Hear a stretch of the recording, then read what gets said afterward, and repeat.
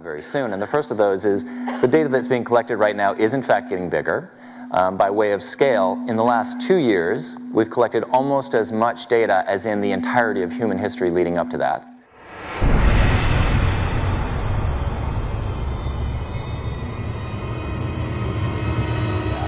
You guys describe this as the nervous system for the planet. What do you mean? Well, a lot of us think that all of us with our smartphones and our Google searches and all the things we're doing in the course of our day, that we're watching this sort of growth of a planetary brain. Imagine if you touched your finger to the stove, but you didn't know you'd burnt it for a week. Yeah. Now we have this real-time feedback loop that the human race has never had before. If you're looking at the world of data, you're looking at the world of information. That's almost everything that isn't physical. The industrial world is the physical world, the data world is everything else. And it affects every one of us every day. We're all being predicted. Do you think people understand how much of our lives are being collected? What else do we not know? We're now collecting exabytes and petabytes of data, and we're looking through that data set using incredibly powerful algorithms to see what we would never see before. Every powerful tool has a dark side, every last one.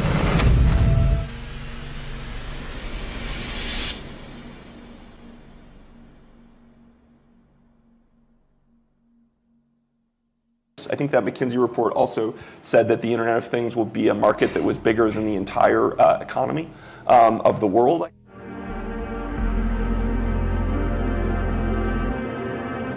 But it's fair to ask companies, as they build out the Internet of Things, to not be creepy.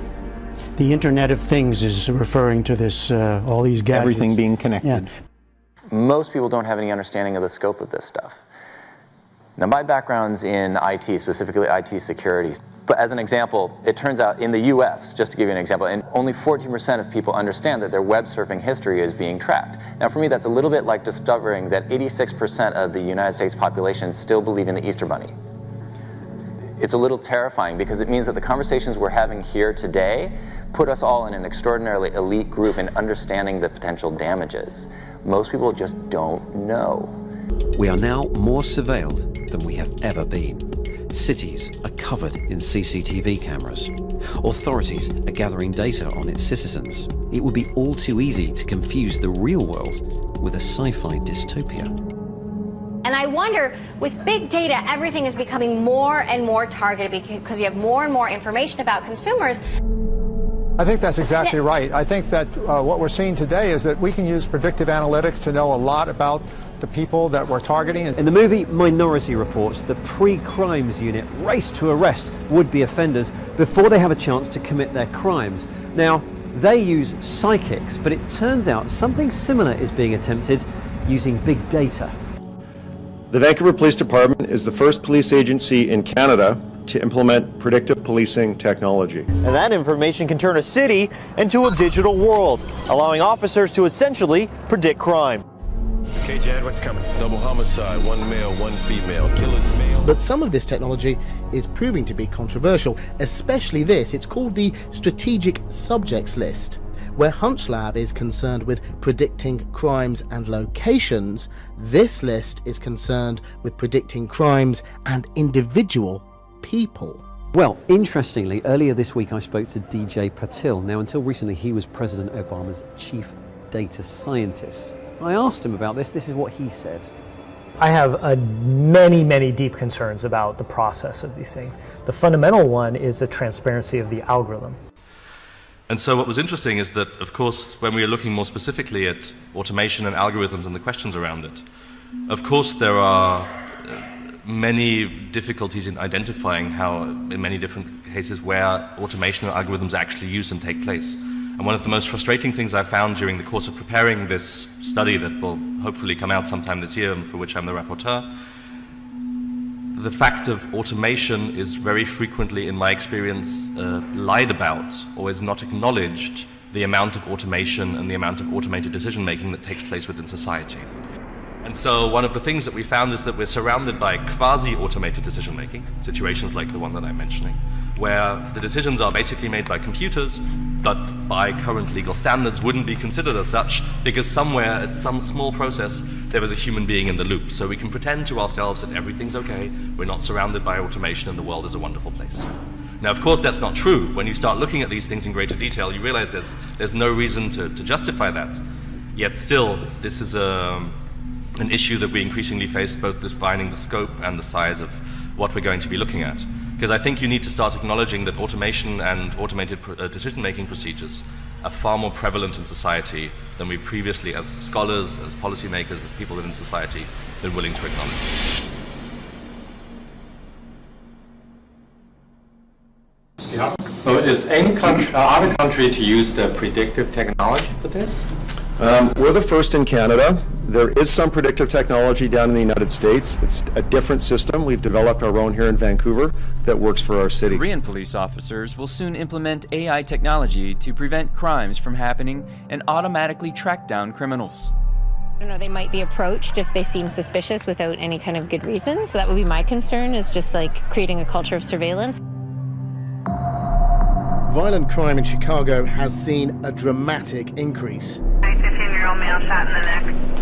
Those shots fired at Hirsch and Tom and this one just coming in. 5 shots fired. Send me a wagon with a body bag also. The response from Chicago's police department is a new initiative driven by technology, which aims to predict where crimes are likely to occur.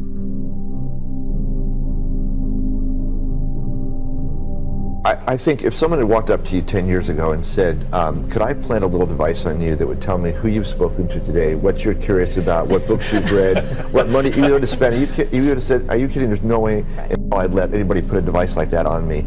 And now we line up and sleep in front of the Apple store for 2 days to pay $800 because it's so convenient.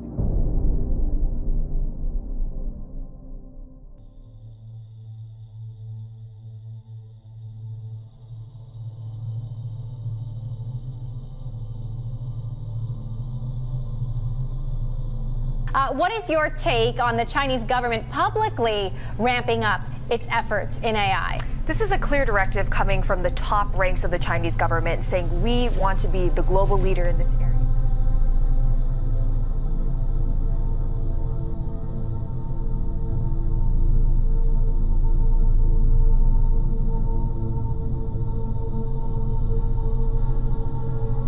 Alibaba's new store, Tao Cafe, is now open in the eastern Chinese city of Hangzhou.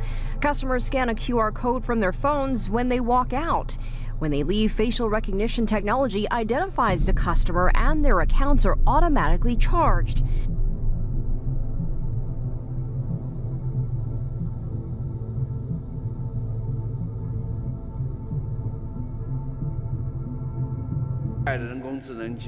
The new generation of artificial intelligence technology is rapidly penetrating into all walks of society and transforming every part of the economy.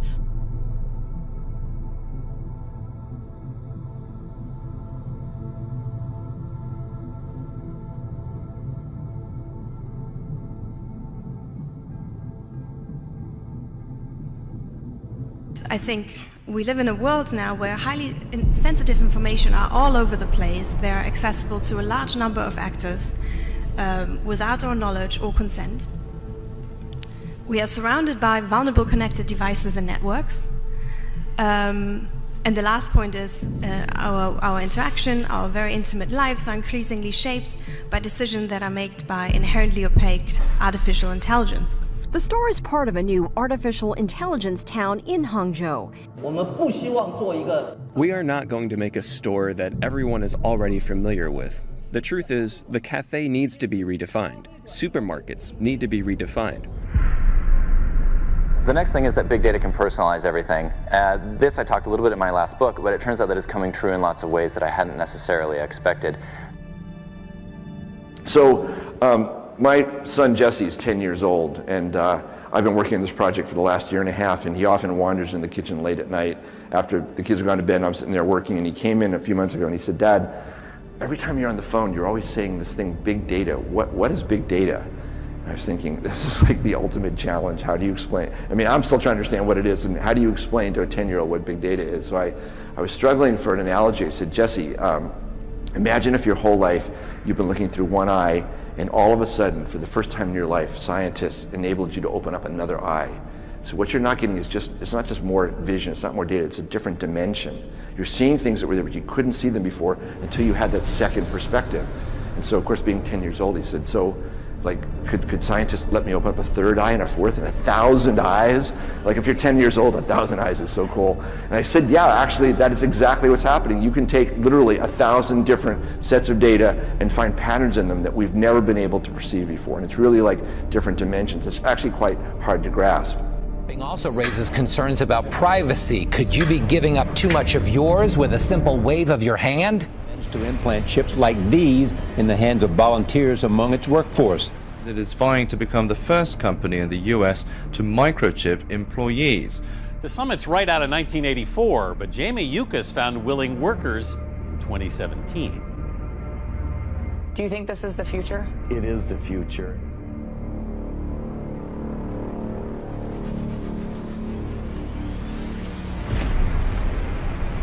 You don't get one side without the other. When there's a new tool, it can be used for good or evil.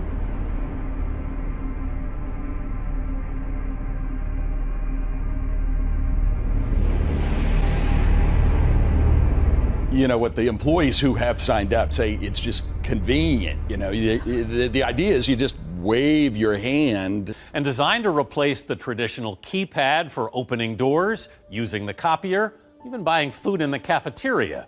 To be able to purchase it. But what if there was a way that you wouldn't have to do any of that? It sounds a bit like a plot point in a dystopian novel. Right. That whole, I know it's very futuristic, I get it, but I think what's wrong with just taking out your card? But good for them. I think it's the wave of the future, that we'll all have implanted chips that have our medical records. The question now is what do we do from here? And the answer, I think, is that we do what we are doing here now. We talk to each other, we try and figure out how to get other people to talk about it, and we try and get society at large to recognize that this is a critical issue. Now there's, I think, a really critical timeline on all of this. Right now, only about 1/3 of the planet is online. So that's us and a few other people. The remaining 2/3, however, are coming online in the next 5 to 15 years, which is an incredibly short period of time.